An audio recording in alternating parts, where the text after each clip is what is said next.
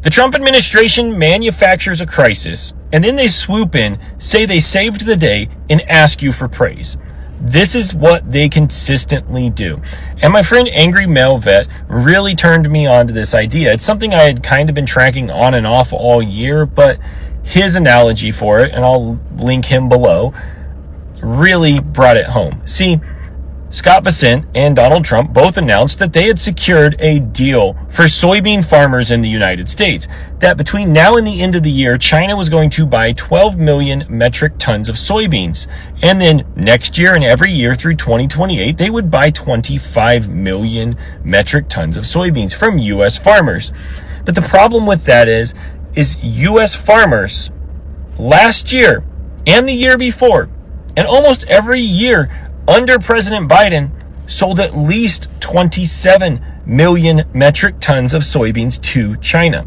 So the deal that Donald Trump is touting is worse than what they had already been doing. And it's a crisis that Donald Trump's administration caused because Donald Trump didn't get his way when it came to China. They manufactured a crisis.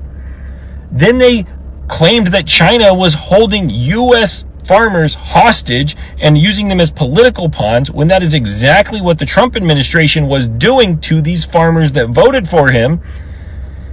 And now they've saved the day. They consistently are doing this, and I kind of expect them to swoop in and do it with Snap tomorrow on the 31st, or maybe first thing Saturday morning. But I'm not holding my breath, because that's one of those Democrat programs, according to Donald Trump, that he doesn't like. Soybean farmers, you are about to be treated like a fool by the Republican Party and Fox News and some of the mouthpieces. You're about to get flooded with all this information about how Trump just struck this massive deal for 25 million metric tons a year for 3 years with China of soybeans, right? Trump saved you. The Republican Party just saved you, right? Saved your farm. You were getting 27 million metric tons. You were selling 27 million metric tons last year under Biden. He made a deal for less. And that doesn't even take into account the 6 months from May to October where there was nothing. You were getting paid nothing. The American Soybean Association estimates that soybean farmers lost an estimated $10 billion in those 6 months. $10 billion. 6 months of worry and fear and how am I going to make payments and what is going on by soybean farmers. And now Trump and the Republican Party are going to swoop in and say, like, look, we just saved you. They're the motherfuckers who took it away in the first place with this tariff war. They're the ones who made your life shitty and made you live in fear. Now they're going to give it back to you and expect you to cheer them and be like, thank you so much. I can't believe you saved us. They're the fuckers who did it to you. Right? It's like a fucking robber coming up to you and stealing $27 and giving you 25 back and saying, are you going to thank me? Like, what the actual fuck? So watch this. Watch. It's going to be all over Fox.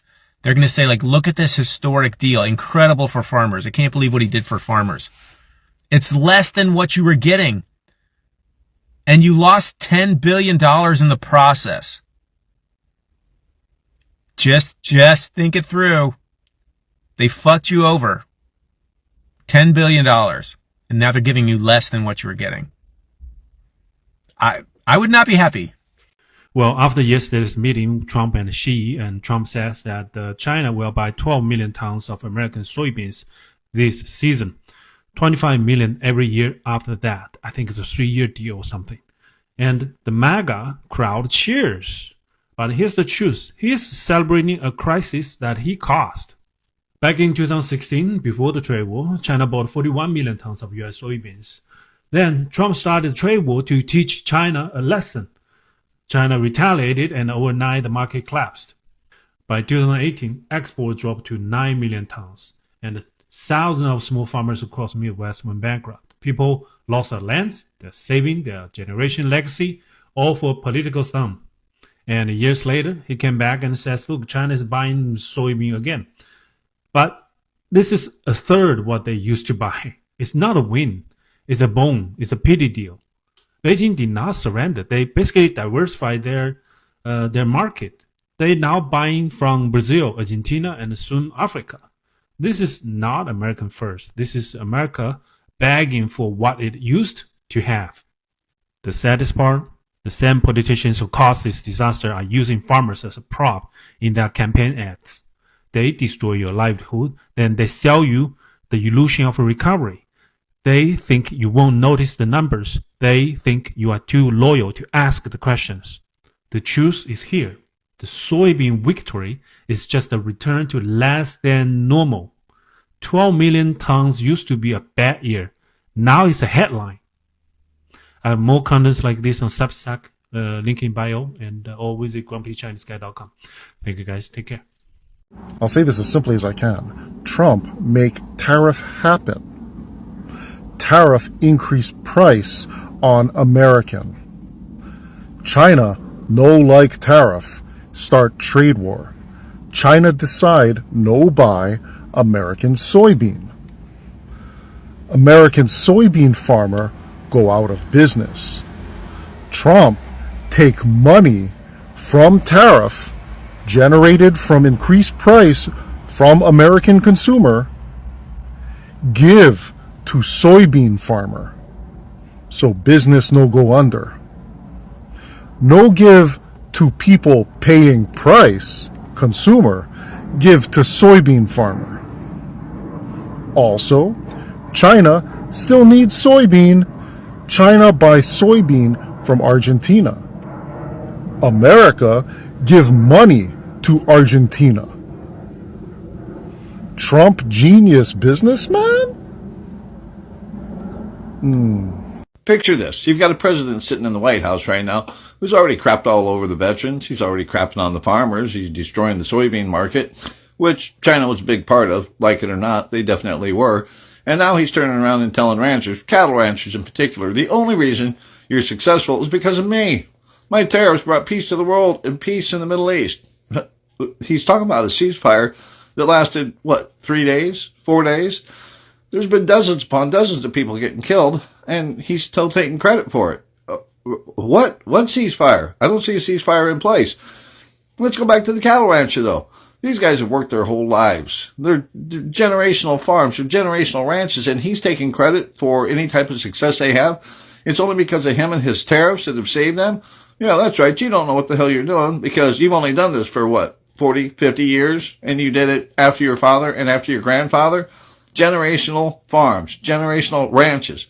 And he's sitting in the White House behind the Resolute desk inside the Oval Office taking credit for your work.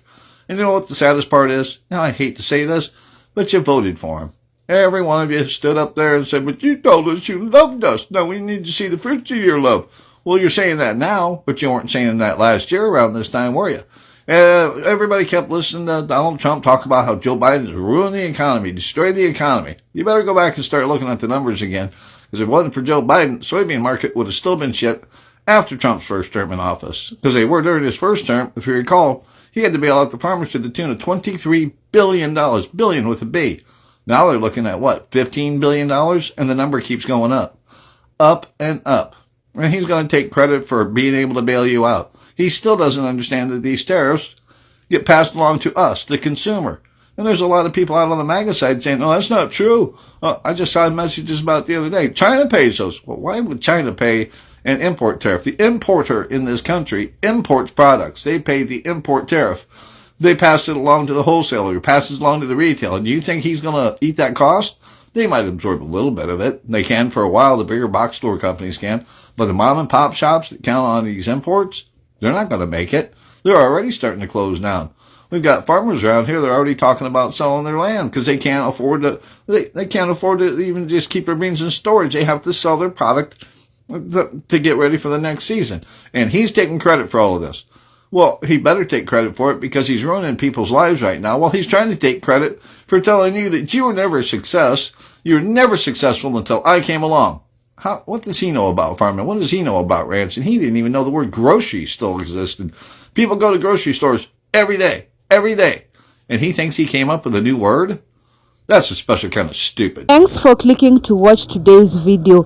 So Trump created a problem, then he came saying that he's a hero who fixed it. Can you imagine? And the problem is, the farmers. He brought about tariffs, trade wars, collapsed their markets, and right now he wants those farmers to thank him. Can you really imagine that, creating a problem, then telling people to applaud you for what you created? So guys, we have compiled this video for you. Do not own the rights of this video. They belong to the original owners of the video. Let's dive in and listen to what people have to say. I think when we finish our meetings in South Korea, China and I will have a really fair and really great trade deal together. I want them to buy soybeans. They stopped buying our soybeans because they thought that was punishment. And it is punishment to our farmers, but we're not going to allow that to happen because I made a great trade deal with China, a $50 billion trade deal, and they were great about it. They were doing everything that they were supposed to do. And then when Biden came in, I used to call President Xi all the time to say, thank you, or you're not buying enough. In other words, they were supposed to buy. Biden, do you think Biden ever called him? I don't think Biden ever called him. You think Biden lied awake at night thinking about trade with China? He didn't know what he was doing. He was an incompetent president. We had an incompetent president, but you don't have that anymore. So I think we're going to end up having a fantastic deal with China. It's going to be a great trade deal. It's going to be fantastic for both countries, and it's going to be fantastic for the entire world. Uh-oh, somebody sounds a little bit triggered there. The funny part is, yeah, you got a trade deal. Supposedly nobody saw you sign the papers or anything, and usually when you sign something, anything, it's everyone has to watch and see, and we never saw that. So I'm a little suspicious if there's actually a trade deal. And second of all, you got a worse trade deal. It's worse. It's less than half, and we don't know the specifics on the amount per bushel that we're going to receive, which I suspect is less also. I suspect that because why would China come back and say, yeah, we'll pay more? We'll pay more than we're paying Argentina or Brazil or wherever they're getting their soybeans. Yeah, I doubt that. So he got a worse trade deal than Biden. Yeah. Did Biden screw up a contract and then beg for it to come back, get less than half on it, and get screwed financially? Well, long before, all the farmers were offing themselves and everything. A lot of those farmers, it's too late. Yeah, it's already too late. But your worst trade deal, the war you started trade deal, and, FYI, yeah, the I country already broke the ceasefire. Just throwing that in. They did it on day one. The great negotiator. Wait, that's that other bad president. The farmers are very happy. I think it's 25 million tons, but it's numbers that they've never seen before in terms of the soybeans, in terms of other things. We have numbers coming to our farmers that the farmers have never seen before from China. Our farmers are very happy. I suggest that they go out and buy larger tractors and more land. Okay? We want larger tractors and more land because nobody's ever seen anything like it. Don't forget to subscribe to KBH News for more updates. So Donald Trump is now feuding with America's cattle ranchers, telling them that they should be thankful for him, that they are not being grateful enough, after the cattle ranchers expressed frustration that Donald Trump is importing Argentine beef in order to deal with high beef prices. So here you see a tweet where Trump attacks the U.S. cattle ranchers for their high prices and suggests that they do not understand their own industry. He says that he understands their industry much better than they do. He writes, the cattle ranchers, who I love, don't understand that the only reason they are doing so well for the first time in decades is because I put tariffs on cattle coming into the United States, including a 50% tariff on Brazil. If it weren't for me, they would be doing just as they've done for the past 20 years. Terrible. It would be nice if they would understand that, but they also have to get their prices down because the consumer is a very big factor in my thinking also. And Trump was not done there. He then wrote, in addition to everything else, tariffs on other countries saved our cattle ranchers. Just the complete opposite of the truth. It's just a complete and total lie. These tariffs are absolutely devastating our cattle ranchers, and they are feeling the effects. And importing Argentine beef is just yet another bailout for Argentina. It's nothing to do with America First and actually really hurts our farmers. Yesterday, Merriweather Farms wrote this whole long post. I'm not going to read the whole thing, but they said, "We love and support you, but your suggestion to buy beef from Argentina to stabilize beef prices would be an absolute betrayal to the American cattle rancher." It's time to learn who this man is, Merriweather Farms. "We understand that there are larger economic and geopolitical dynamics at play, including countering CCP influence in countries in our hemisphere. Argentina sells soybeans to the CCP. Donald Trump is helping the CCP by doing this." And maybe the craziest part about all this is Trump's plan doesn't even make any sense. Not only do the ranchers oppose Trump's Argentina beef imports, but exports say that it will not even lower prices at all. So here we go again, another Trump term, the farmers get screwed over again, and Trump says that they should say thank you. We'll keep covering all the news. Remember to follow along and listen to the Midas Touch podcast for more. Donald Trump just had the nerve to say that he saved American ranchers and that we wouldn't even have beef in this country if it wasn't for him. He's saying this as he's actively flooding the U.S. market with cheap imported Argentina beef, undercutting American farmers and driving them into bankruptcy. Even Trump-supporting ranchers say they feel betrayed. Look at this. Very happy about that. We're going to do something very quickly and easily on beef to get it down. The ranchers understand that. They're so happy for what I've done. I saved them. I don't think you'd have any beef in this country if I didn't do that. So we're very proud of that. Yep. Isn't that just unbelievable? He could not be more delusional if he tried. Trump has the nerve to say he saved U.S. ranchers while his trade policies are actively crippling them. His choice to massively increase beef imports from Argentina has caused U.S. cattle prices to plummet. Independent ranchers, the backbone of rural America, are being squeezed out while multinational meat corporations are profiting off of cheap foreign supply. The irony here is painful. Many of these ranchers supported Trump in both elections, believing his America First lie. But now, even lifelong Republican farmers from places like Texas to Oklahoma to Arkansas are starting to speak out. And rightfully so. He betrayed them. He sold out to foreign producers and lied straight to their faces. And to add insult to injury, he's now on TV saying these ranchers should be thanking him despite the fact they're going bankrupt because of his policies. A billionaire is helping massive corporations and not the American people. How surprising is that? Trump had promised that he would make America great again and he will put his people first, especially the farmers. But when introduced his trade war with China, things really became so hard for the farmers because they lost their markets to China, who are really buying the soybeans from them. And you know what? Those tariffs really hurt them in a way that they lost their markets, others lost their family farms, others, their small businesses, they lost them because of those tariffs. And right now, Trump is everywhere saying that, he saved the farmers because of the fact that, he bailed them out at some point. But even did that bailout help them? No, it didn't. So the farmers, it's like he created a problem and then bandaged his own. Instead of fixing that problem, he bandaged the wound, meaning that he didn't fix the problem, he didn't bring a solution to the problem.